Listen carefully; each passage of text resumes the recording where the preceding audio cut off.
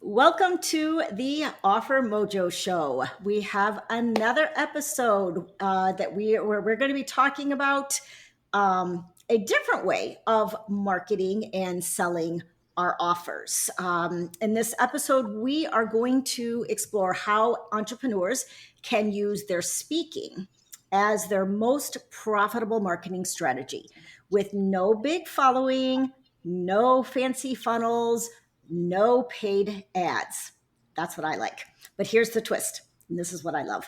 This isn't just about keynote stages or being a professional speaker, because I know a lot of us, we don't want to be like known as a professional speaker. It's about maximizing every opportunity to use your voice, whether it's a podcast like this one, a webinar, a Zoom call, a masterclass, or even a short video on social media. I know videos can make people cringe, but we're going to talk about how effective they are. Because when there's a clear, repeatable framework behind your words, visibility finally starts translating into income. We're also going to uncover a surprising truth. Most entrepreneurs are unknowingly being held back by hidden bottlenecks in their business, issues they rarely think to question, but that quietly limit their growth. Our guest specializes in spotting these blind spots and helping entrepreneurs unlock momentum they didn't know they were missing. I'm excited about that. I know what one of my bottlenecks is, at least, and we might get we might get into that today. But I'm excited about this as well. So I want to introduce our speaker today. It's Tiffany Armstrong. I met Tiffany, oh my gosh, like maybe how long has it been? Like 2 months, 3 months ago, something like that. She reached out to me to speak on offers and creating a hole-in-one offer on her Entrepreneur Visibility Summit. We like hit it off like immediately. We are so aligned on the way we think about business, the way we approach business, the types of people that we love to work with. And so for me, it was only natural for me to invite her to my podcast. But I do want to give a formal introduction. Tiffany Armstrong is an internationally recognized speaker, business bottleneck strategist, never heard of that, speaking coach, and the creator of the Profitable Talk Framework and the Business Bottleneck Assessment. Through her Profitable Talk Framework, she helps entrepreneurs maximize and convert every presentation they give, whether it's on a stage, in a masterclass, on a podcast, or social media videos. With her business bottleneck assessment, she's known for her uncanny ability to diagnose what's not working and help entrepreneurs identify and fix the unseen roadblocks that are silently blocking their success. With over 2 decades of experience speaking on global stages and training thousands of entrepreneurs, Tiffany blends strategic clarity with heart-led leadership. She's known as the Sidearm CEO because she treats her clients' businesses with the same care that she treats her own, which is why we get along. Business success doesn't have to be complicated. When you focus on what truly moves the needle, everything changes, because success isn't just about what you build. It's about who you become along the way. Lead with purpose and doors open. Lives change and the world shifts in ways you never imagined. Welcome, Tiffany, to the Offer Mojo Show. I'm so glad that you're here, and I know that we are going to have an amazing conversation. Yes, we are. That is true. That is absolutely true. I love that. Thank you so much for having me. I just love what you stand for in this world, and it's an absolute honor to partner with you in this. I appreciate you. Yeah. So I wanted to start by saying that when I had my first business, I'm a 2-time entrepreneur. And when I had my first business, I had no idea how I was going to get clients. I just knew I was a certified coach, and I just knew I wanted clients. And the first thing that I ever did is I ran an ad in a local newspaper. Yeah, like that existed back then when I became certified. And I did get one client out of it, but I quickly learned, like, oh my God, this is not going to work. Like, I can't just like run ads and just hope, like, where am I going to find clients? So I got this idea that I would try speaking, and I would like host a workshop at like a Mhm. local gym and do, like, do a talk. I had never done public speaking in my life. Mhm. And five people showed up to the workshop, and I was scared out of my mind. Like, I was so nervous. Like, I'm literally shaking inside. But I also learned not only could I get through a presentation, but it was not going to be sustainable for me to try and bring in an audience to a place. So I started going where audiences were. I was coaching moms, and I started pitching to local MOPS groups, mothers of preschoolers. And I just started speaking at churches, like all over. And that was the way I brought in clients. So that is one of the reasons why I wanted to reach out to you, because speaking is big. And you're right, like, speaking has evolved like so much. Like, the pandemic obviously, like, just kind of like put a kibosh on all that in-person speaking, and we went virtual.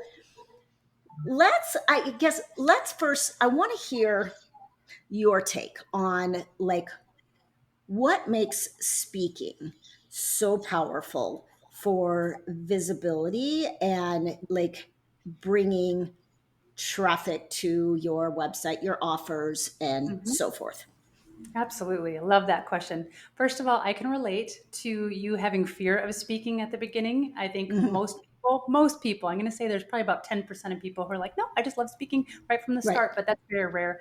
And I used to faint. I literally would faint on a stage and woke up to the facilitator in front of 500 people, just slapping me on the face. So I'm just putting that out there for anybody who has that fear. If Wow. Lori and I can be speaking in front of people nowadays, you can too. So that's just a matter of really getting grounded in your body, but also having a structure to your talk. So, but as far as your question goes, the speaking is different because it's a positioning thing. It's all Hmm. about positioning. So when we're on social media, we are tend to blend in with the crowd. There's so much chaos. People go to social media typically for entertainment or to Hmm. learn something or for education. So a lot of times you're just kind of falling into the crowd in social media, and of course there are ways to stand out, and that's one of the things, like with what you do with offers, like how do you make your offer stand out. So with speaking, first of all, when people arrive, whether it's virtually or in person, to your talk, whether you're speaking in somebody else's audiences or your own, you're positioned as the expert already because you're sitting there and they are there Mm. specifically to hear you speak. And Right. so, like, I work with a lot of network marketers, for example, and they're at vendor events and they're sitting there and people are just coming to their table and grabbing all their free stuff and not really there to see them.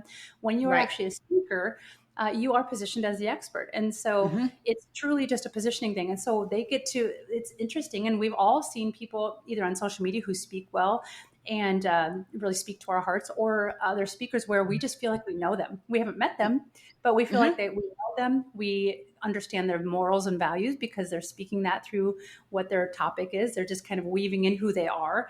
And Hmm. we get to sit as observers then and think, you know what, I really feel connected to this person and they're offering a solution to a problem I'm struggling with, kind of thing. So all that to say, it really is a positioning thing more than anything. And all the noises shut out when you're giving a talk of some sort, any sort of presentation. All the noises is pushed out, and they're looking at you to the expert. So anyway, it really is more of a positioning thing than anything. Mm-hmm. Yeah. And I think what I would add to that is it's a trust builder.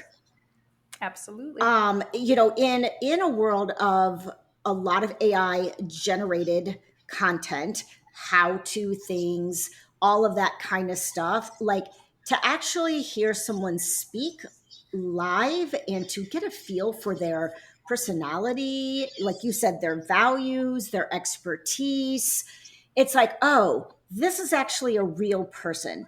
that Mhm. I can trust. This is not like an AI robot talking to me and That's telling me how exactly to, how to run my business or how to run my life or whatever, right. right? Hmm. Absolutely. Yeah, I would say in the world of AI, so much has become less and less personal. And that's actually, I just Hmm. emailed one of my clients yesterday just about how I don't put on a business hat and a personal hat. I mean, I just truly show up as I am in business. I love as hard as I give direct truths, right? And so Hmm.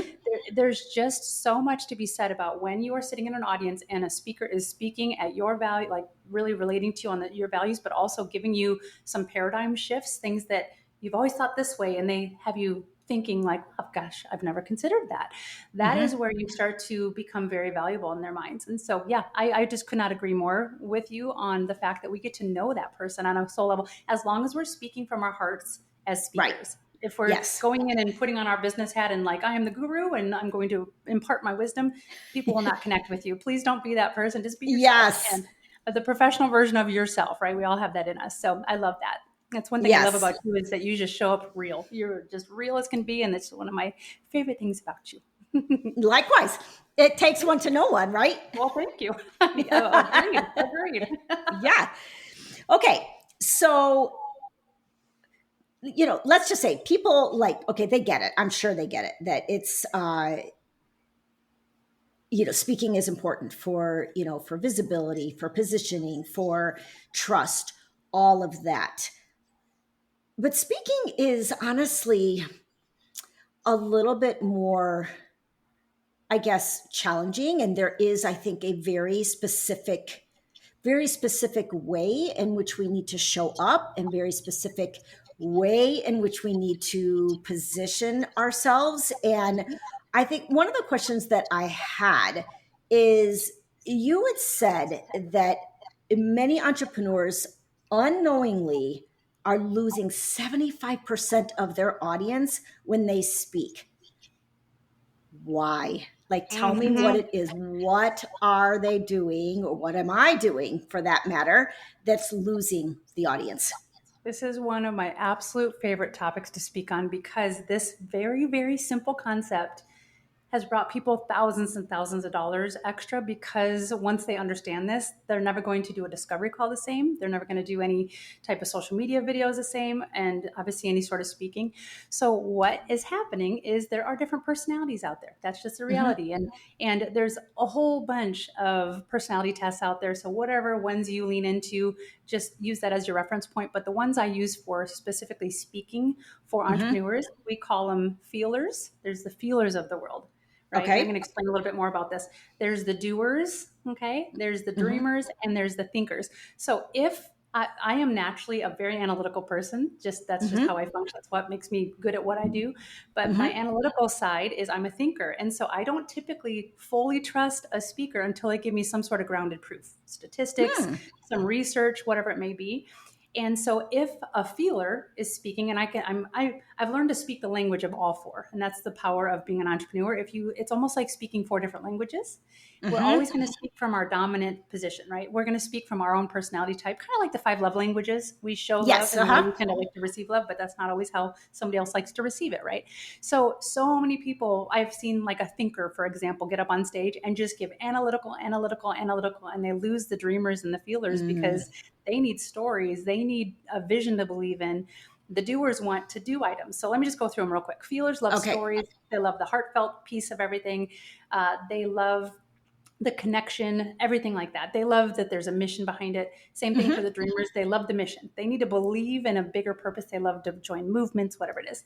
Doers love to do items. So if you are Okay. giving a whole talk and you don't wrap it up in a summary of bullet points for them at the end, they're going to say, well, what am I supposed to do here? And they'll actually feel very frustrated, right? And I'm a doer Right. too. And then the analytical people. So for example, let's say you're a thinker sitting in the crowd and you are analytical and you see a feeler coming up. If they're just telling story after story, as much as I love stories, because I really lean in, anybody who likes movies likes stories, right? We all have that Hmm. side of us. But for the thinker in the audience, they're going to say, yeah, this is hogwash until they actually feel it. So what's so important is I have a framework to a talk. I know we'll get into that, but in the Hmm. framework of the talk, what we do after we write the framework is we go in and we say, okay, these three content points, how can I say one of these in a way that lands for the feelers? Okay, my next content point, how can I say this point that will really land for the thinkers? And so, and even like the hook at the beginning, we want to make sure, we're really like, whoever your audience is, you're going to kind of know this is the majority of thinkers, or a lot of people in this audience are feelers. So you're going to want to start your hook at the beginning, really speaking to that audience. So you just want to make sure when you set your talk up to go back and make sure you have something in for all of the different personality types. Otherwise, you really will lose 3/4 of the audience, and they will Wow, not buy that's really cool. It kind of reminds me of when I'm working with clients and I'm like taking them through like my aligned offer accelerator. Mhm. Everybody learns differently. Yes. Like I'm such a like visual learner. Like, please don't give me something auditory. Like, I honestly cannot like comprehend it. Like, Mhm. my spouse will say, "Here, listen, listen to this," and it's just like I can't understand it. Like, I I don't can't know what it process is. that way. Yeah. Yeah, I need to see it. Let me read it for myself. And some people, like a client I was working with today, I was kind of struggling with like, how does this dude learn? Because like he's not real good with like filling out workbooks, and Mhm. like we seem to be getting stuck. And what I learned is that he learns by doing. So like Yes. in coaching sessions, in strategy sessions, if we are just doing it in the moment and getting the work done like in the moment, it Mhm. like works beautifully.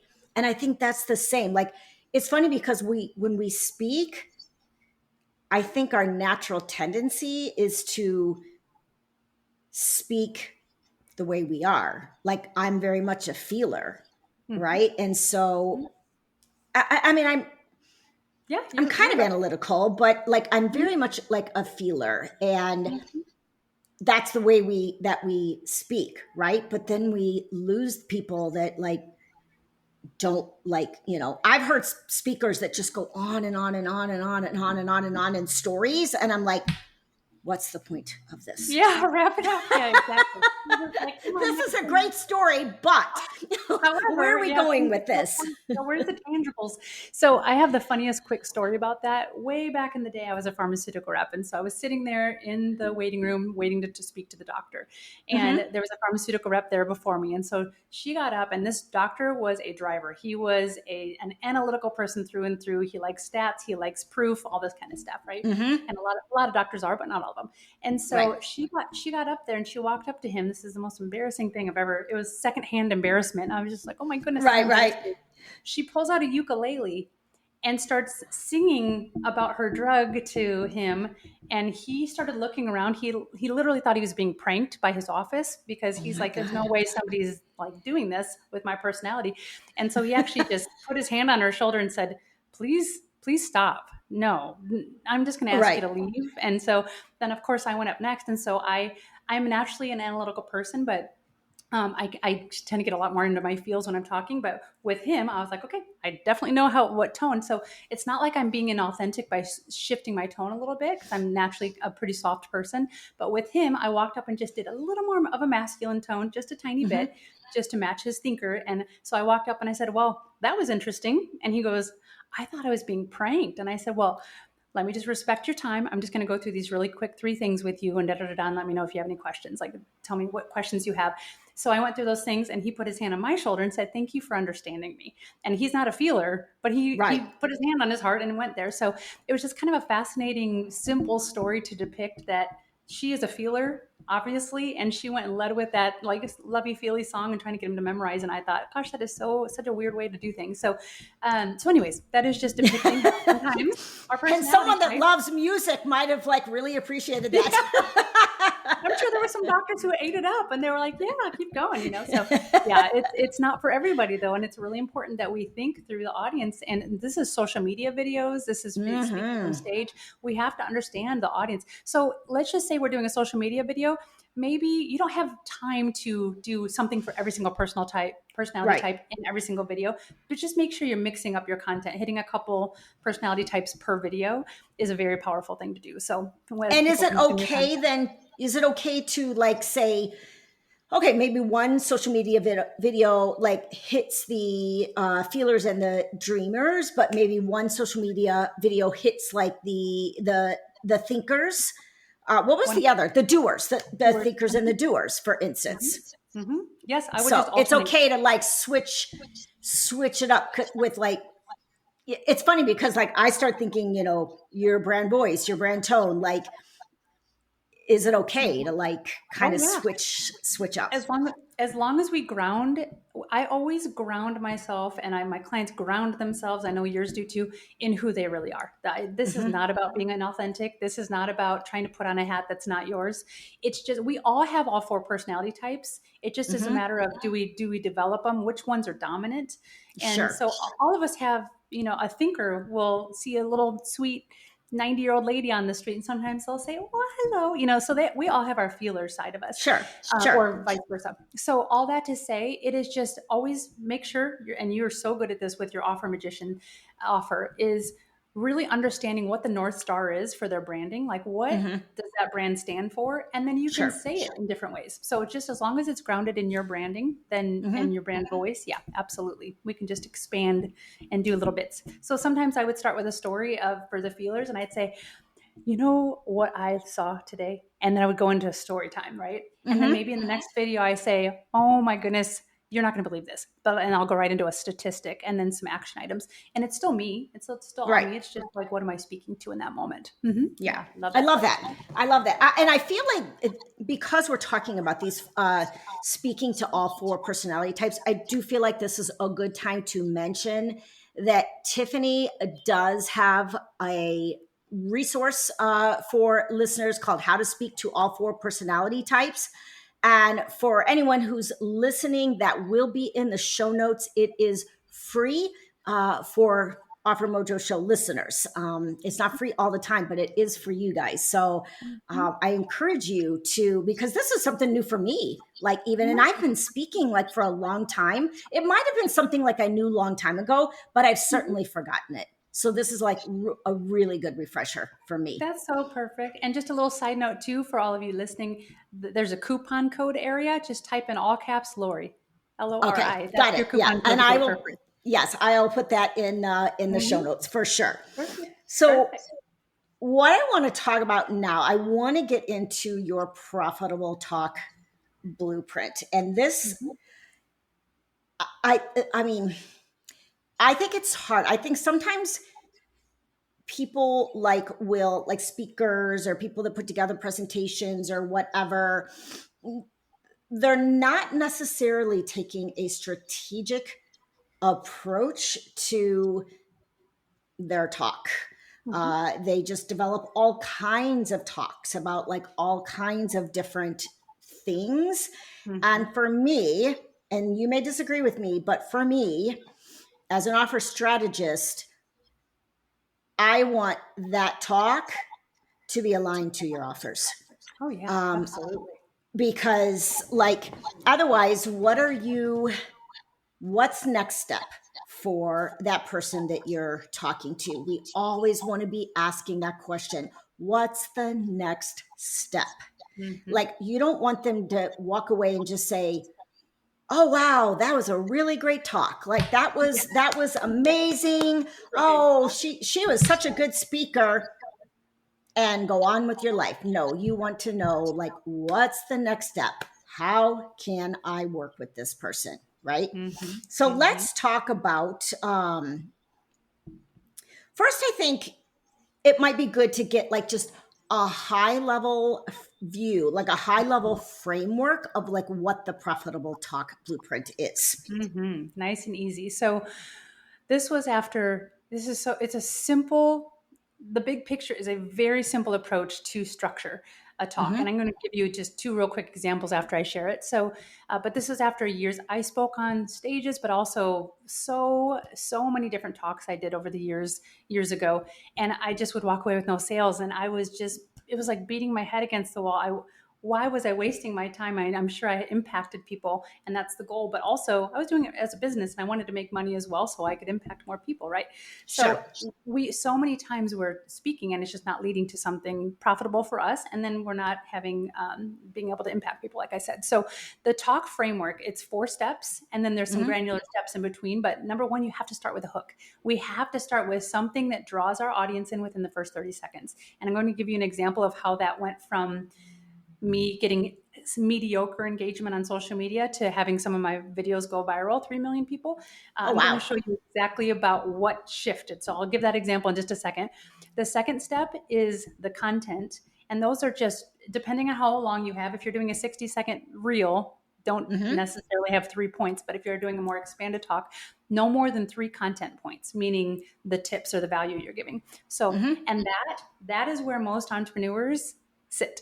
They only focus on the content. They don't do the hook and then the next 2 pieces. So that's why Okay. there's no strategy behind it. So the third step is a transition. So you're going from speaking your content, and then you need to bridge, create a little smooth transition statement or a bridge to Mm-hmm. action so it lofts it up for you to bring up your offer. Okay, so there has to be that. So then the fourth thing is a very strategic way to bring up your close. Like, how do you mention what your offer is, and how do you bring that up in a way that is extremely clear for your audience? A big Mm-hmm. mistake there is people don't talk about the tangibles. So they'll say, like, the audience is sitting there saying, "Oh, that framework name sounds amazing. Oh, you're whatever framework, right?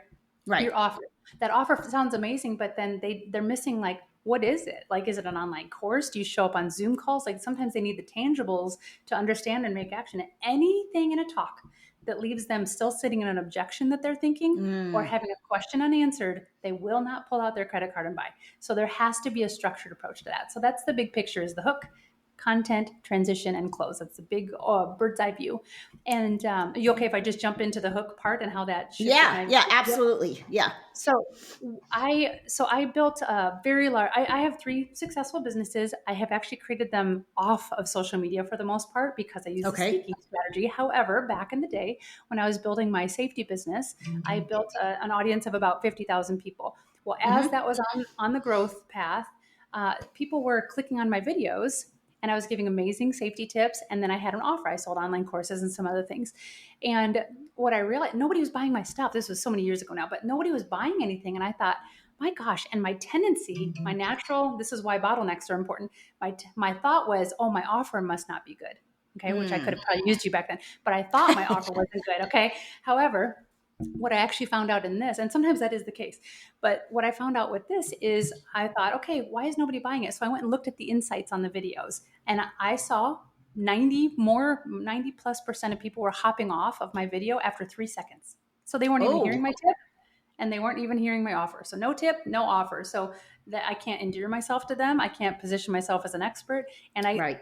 they weren't hearing my offer. So like I said, my tendency was like, oh, maybe my offer is not working. But really what happened in this case was that I was introducing myself. I went and thought, what am I doing in the first 3 seconds? And I was just introducing myself. I was saying something like, I'm Tiffany Armstrong, international Right. safety expert, and I have a safety tip for you. That's it. That's all I was saying. Right. But when I switched and started with a hook instead, that's when all of a sudden my videos started taking off, and a lot of them went viral. And it's because instead of sitting there starting with introducing myself, I started with a hook. And side note to that, 80 to 90% of people watch social media videos on silent. So sometimes Yeah. a gesture at the beginning. So I do something like this or something like this. Any sort of movement will help people to think, oh, what's that? And it sparks enough curiosity. So just for social media videos, do the same framework. It's Right. still the hook, maybe a one content piece, a transition, and a close. For any type of sales forward videos, but then expand that same blueprint for your bigger talks, like an hour-long talk kind of thing. So hooks are so important, so important. Yes. Gosh. Oh my gosh. Yes. Like that. The other thing I liked about what you said, and I'm not sure which tip, if it was in number 3 or 4, but you were talking about how you need to be very specific with the like Mm-hmm. like the what they get out of it. Like, and someone brought that up to me in a business meeting the other day that I didn't think about it. Like, I've been so focused on like the offer strategy, the offer development piece, the offer creation.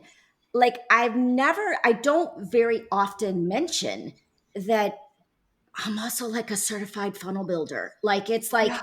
Yeah. it's like people are like, the girl was like, oh my God, like that's so important for people to know that you build funnels. And I'm like, yeah, like it's always just been like an upsell. Like, Yeah. I'll help you put Mhm. your offer together, and then I'll talk to you about like the fact that I will build your funnel, copy, design, tech, everything. Right. And like, I guess I didn't think about it. Like, that is actually a significant piece of the expertise that I bring is the offer funnel, like whatever, whether it's Absolutely. your lead magnet funnel, your webinar funnel, whatever. Right. But I I didn't love think about it. I just it. was Yeah. so focused on these little pieces and didn't think about like all of the pieces, like you said, the things that you could walk away with Mhm. if you work with this person, right? Oh yeah, yeah, it's important, and people don't know unless we speak Right. it, right? And Yeah. so having a very smooth, strategic way to speak it and have it not feel like we're just word vomiting on them, all of our credibility and all the things we do. There's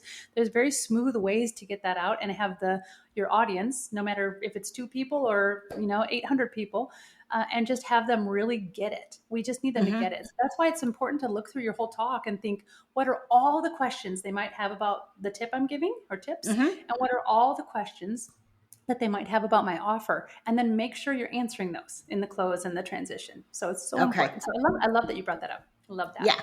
So I have a couple questions like on my mind. Like, Mhm. I know that, and I've learned this from like, do you remember the speaker, and this is so long ago, Patricia Fripp? Have you ever I heard of don't her? I don't know. She's It's ringing a tiny bell, but I'm not sure. I'm not Yeah, sure. she was older. Like, this was back when I was doing starting off with speaking, and I learned a lot from her. She was like professional, speaker, professional, like trainer on becoming a professional speaker, how to structure your talks, all of that kind of thing. And she did talk very specifically about the importance of keeping it limited, like you said, like to 3 points. um I think we all can have a tendency to overpack. Oh Oh yeah. my God, I'm so guilty of that. Like, I think to myself, like, if I could just like restructure like my talks to just be like, what are the 3 points? Like, Mhm. what are the three highlights that I want to like, talk about when it comes to designing a hole in one offer? Obviously, there's more than three, but Mhm. like, we lose people then, right? They don't like it. Yeah, they don't like it when we overwhelm our audiences, and I Mm-hmm. would just call that word vomiting. And the thing is that comes from the best place in our hearts. Like we want to give them value. Like that's not a bad intention, right? However, when we overload them with information, and I am the most guilty person of that. That's how I used to function. I would have Mm-hmm. 80 to 100 slides for a 20-minute talk. I mean, I did Mm. blah, blah, blah, blah, blah, you know what I mean? And then I Right. got and my people were like, I don't even know what's going on. So Right. so it's less is actually more, and your audience will actually appreciate that. So it's not that we're holding back because we're going to hook them and then sell them into this. That's not the type of business we're in. We're not manipulators, right? We are Right. going to help them have their paradigm shifts, give them some implementable things, and you are the natural next step for them to have them hire you or whoever you are out there with selling products or bringing on clients, and just really helping them to understand, have a nice, valuable paradigm shift, maybe take away some actionable items. But people don't like too much. This is Right. an age we're in where we're just over consuming so much. So let's Oh, just oh make my it God. peaceful. Make it Yeah, peaceful talk this, and let them walk away with clarity. Mm-hmm. yes, because our brains can only like hold so much information. And this is exactly what I teach when it comes to creating your offers, because Yeah. we do the Mm-hmm. same thing with offers. We overpack offers, and it's overwhelming. Someone can't finish it. They can't be successful because they give up halfway through.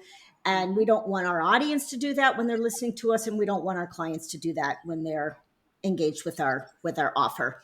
Absolutely. So one other thing I wanted to ask about is, if let's say a person wants to use speaking as a way to get visibility, to sell into their offers, all of this kind of stuff, right? And they want to do like, virtual events or podcast, Mm-hmm. or maybe even speaking on stage.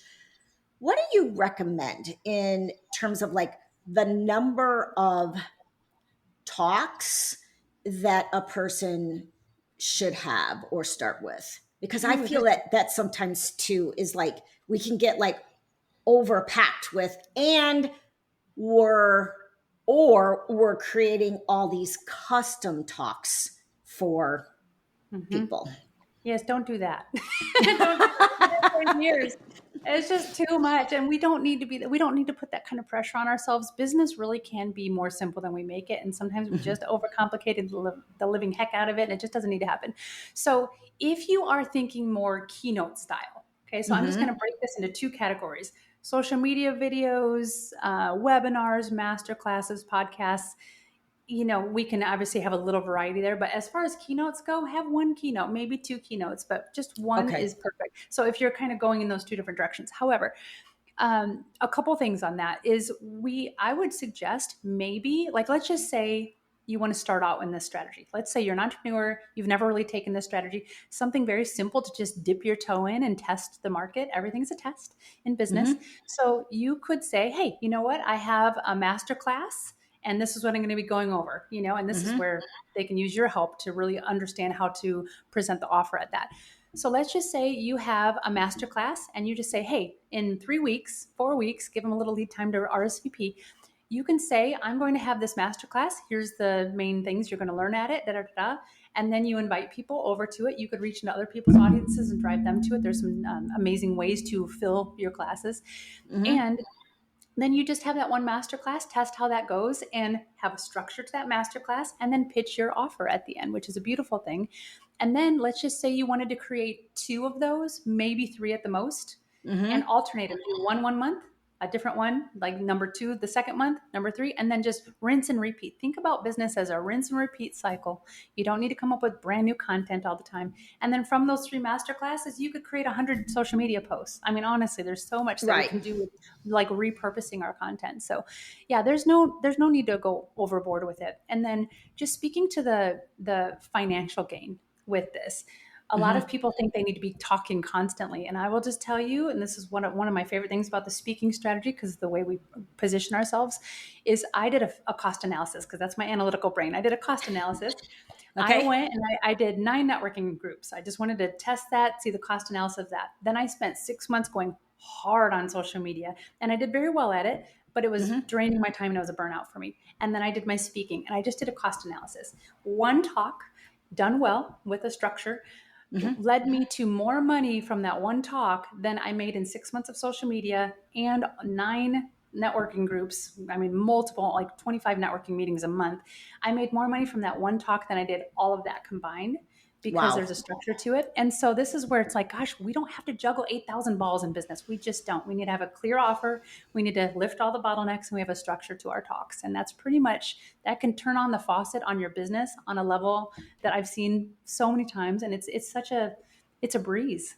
Business Yeah. can be really Wow. easy with this. It doesn't have to be hard. That's So yeah, that's pretty interesting, like cost comparison. Like it mhm. kind of shows you like, yikes, where I probably should be spending my time. Yeah. And I think this is like a really natural lead into talking about these bottlenecks in our business Mhm. and how we identify what actually is like holding us back, and what we actually should be doing to Mhm. move the needle in our business, because I'm kind of tired of the busy work that does nothing Yeah. myself. No. So many times we're busy, but busy with the wrong things. We need to Yeah. learn how to be busy with the right things and figure out what's working. And so many times we get lost in social media land of, this coach is doing this. I like, we get squirrel syndrome as entrepreneurs, and we just need to knock that off, right? We need to Yeah. test this, test this, test this. This is a winner. Go deeper in that. Now, with that, test this. So I'm very analytical in the way I approach business, but all that to say, bottlenecks, we all have them. And I mean, I'm sure I have them too. Like, and sometimes it takes someone, an outside view, to just come in and lift the curtain. But one of my favorite things to do is come in, lift the curtain on your business, and look at everything, your sales funnel, like you do, right? And then the offers. So that I would happily send people your way to really get that dialed in. Then we have the presentations, and then we have your branding and how you're presenting yourself. Sometimes I have worked with clients that they're kind of showing up looking like a mess. They're late to meetings, and all we do is get some of their mindset stuff out of the way. Mm-hmm. So where are they finding their, like, what's their visibility strategy? Where are they getting their leads? What's like, and really building a business that's in alignment with them. Sometimes it's a misalignment as a bottleneck, Sure. because we see something another coach is doing and all of a sudden we're just trying to do what they're doing, kind of thing. So I love to look under in every single corner and shine a light on it and be like, wow, this is going really, really well. All these Mm-hmm. things, these three things, you're bleeding money. There's holes in the bucket. And then what we do is we fill those holes in the bucket. We automate, or we just figure out what's the problem, and then we fix it. Is really true. So it's Cool. it's really fascinating how we have all those blind spots ourselves. What would you say if you were to like identify like the top three most common bottlenecks that you see in businesses? What would you say those are? Good question. I have to sit with that for a second. One of the biggest mistakes for sure is just having their hands in too many things. So Mm-hmm. when they're trying to market, they're Mm-hmm. trying to do this whole full-fledged social media strategy plus speaking plus this plus that, and they Mm-hmm. just are spreading themselves so thin, so they can't go deep on anything. Or I mean, just a simple thing of having 6 social media platforms they're on and trying to manage them all. Just go deep with one or Right. two. I mean, we don't have to get crazy, right? And constantly learning. I think squirrel syndrome is another one where it's like they put an offer out there, and I know you know this. People will put an offer out there and they test it and they hear crickets at first, just for the Mm-hmm. first little bit, because the offer. This is what you help people do: is identify where the bottleneck is in the offer. So sometimes the offer is the issue, and so when they actually put it out in a proper way that's landing for people and the messaging lands, that's a beautiful thing. And then speaking of messaging, I would say that is the number one thing, because Mm-hmm. if people don't get down to the root of their Yes. messaging, and most people, I have an exercise I do called the benefit of the benefit, but most entrepreneurs, most of us, Mm-hmm. speak at a level 1 or 2 level. Like it's a level 1 or 2 as far as depth goes. Mm-hmm. But where people actually pull their credit card out is speaking at a level 3 or 4. And so many Mm. times, so many times it's a messaging issue, right? And I Yes. know that's what you do, because when you're helping people with Yeah. offers, you have to address messaging, right? So Yes. I love going into a messaging deep dive, because their presentations, their sales funnel, their offers, everything is going to stem from that. So it's just so powerful to understand how, what are people sitting around talking about. And really, so if you're thinking about your audience and people are sitting around, they're not thinking, I really need a visibility strategist. So I know they need Right. better visibility, but they Right. they're not sitting around being like, just waking up, oh, visibility is my problem. Like, they don't think like that.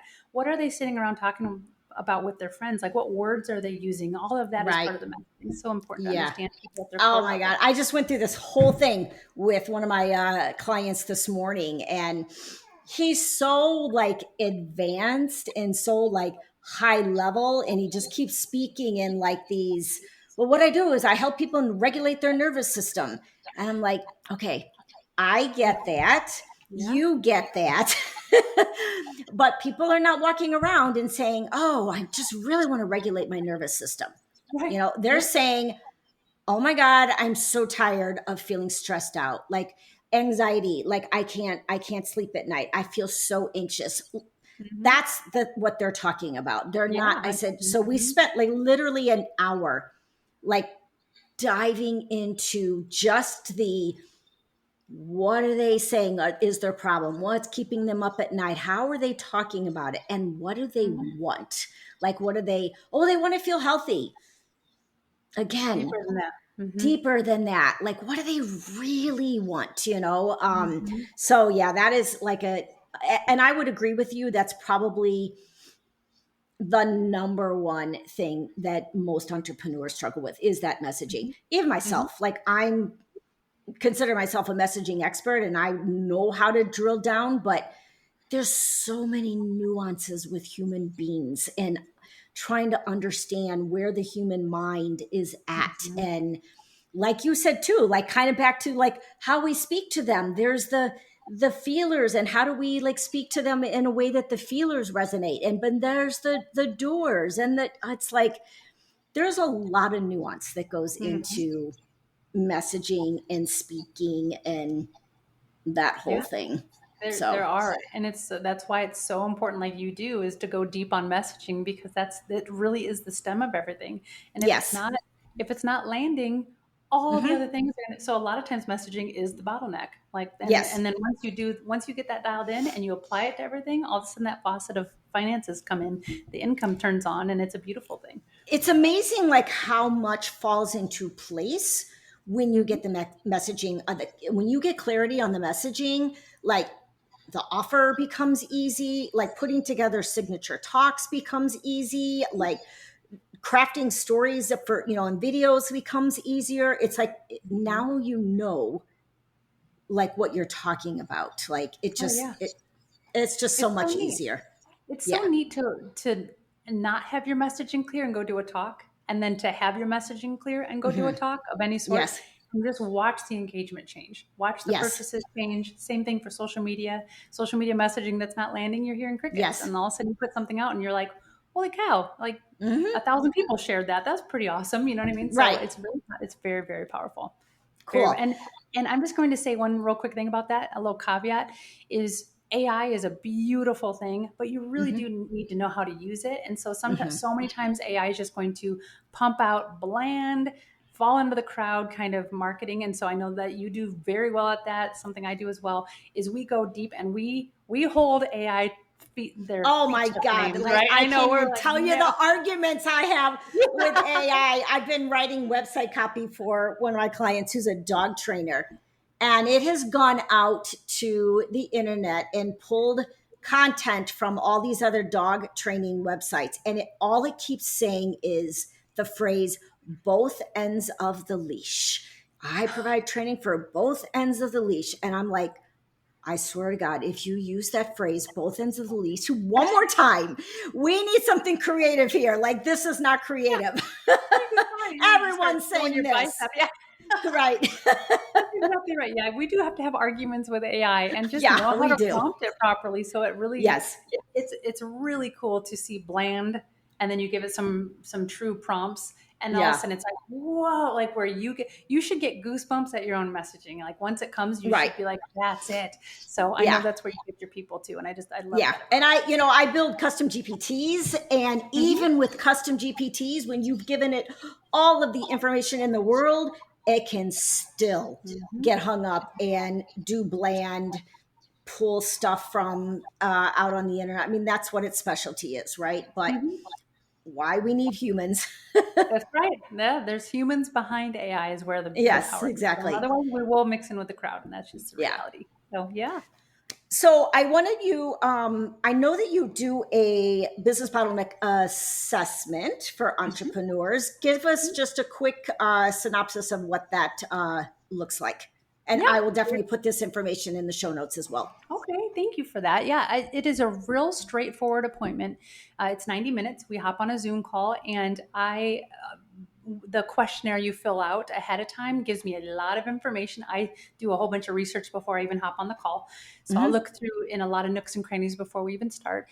And then we just start lifting the hood. I have a very strategic, with my analytical brain, a very strategic way. I pull all of the things out of the client and Hmm. just really help understand, okay, out of all these different areas that we can be searching, it's these three that are causing the biggest challenge and the biggest bottlenecks. And so Okay. and then we start to develop a plan of how to fix those is really what it is. So there's so many times we just don't see clearly, and we think something else is the problem, and it is not even anywhere near the problem. So Hmm. that's what we do, is just shine a light on that. So I do that for $197, and it's just Nice. a start, and I'll send you on your way. And if that's something that turns into something you want, my support with, obviously we can talk about a further client coaching relationship. But besides Right. that, that's one of my favorite things to do. I just absolutely love it.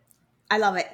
Awesome. Any other like parting tips you want to leave with listeners today about just the power of speaking for visibility in their business? Yes, I would just say, truly, thinking through what your goal is for the audience, not only to purchase your things, but really what transformation do you want them to leave with? What would Hmm. have them feeling? We need to think about win-wins when we speak, right? Because Sure. it's not just about us. So, and they will pick up so quickly if you are just doing a sales pitch the whole time and not adding Right. value. So it's very important that we keep our focus, yes, on ourselves and our business goals, but that's going to just be worked into the structure. So really thinking about leading with our hearts, being authentic, what transformation do you want your audience to walk away with?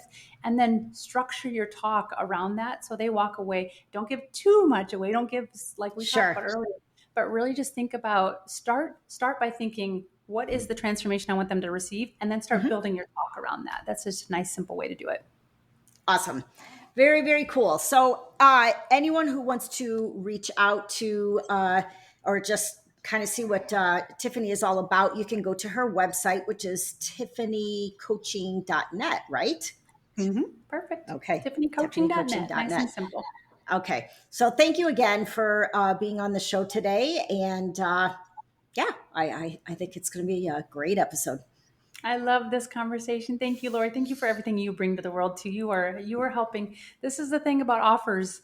And when people come to you and you get those clean and clear for people, that's when you are one of the reasons they're being able to turn the faucet on their business and make life-changing money for themselves and their family. So I just wanted to say thank you for everything you bring to the world. And thank you for having me on today. Of course. Thank you.